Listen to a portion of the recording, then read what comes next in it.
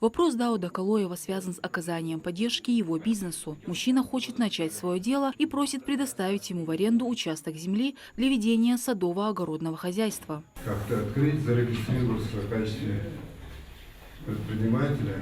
Он как-то делом занялся, достойным. Ну, вы что думаете, что ему Ну, нужно?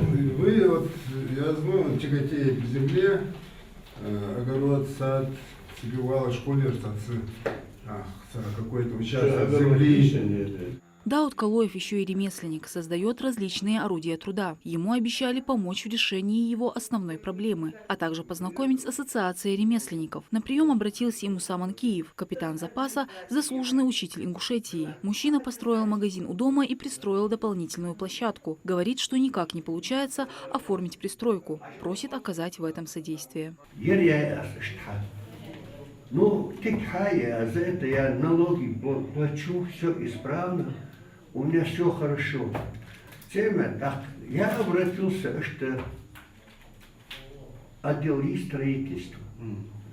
Депутаты шкятыш, а там так ушиму, да будет решение, а я и выделить землю потерял. Хадан лято да шимал дождь, да хая азер. Разрешение хай. Шишалга. Дополнительно сейгаляш, а вот где что?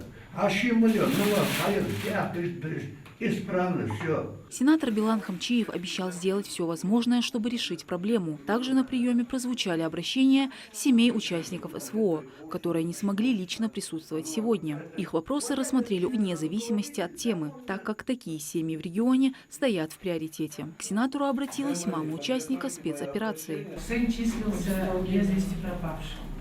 Пришло ей письмо об отправке биоматериала для сравнения с биоматериалами из числа погибших участников СВО. Она просит оказать содействие в срочной отправке биоматериала. Просьбы в оказании помощи в трудоустройстве звучат на приеме граждан неоднократно. Также прозвучал вопрос, связанный с незаконным удержанием средств в счет задолженности ИП. Все обращения сенатор обещал принять во внимание. Напомню, прием граждан продлится до 10 декабря. Он проходит ежедневно. Декада приурочена 23-летию со дня создания Всероссийской политической партии «Единая Россия». Мадина Цора, Султан Магушков, Магаз 24.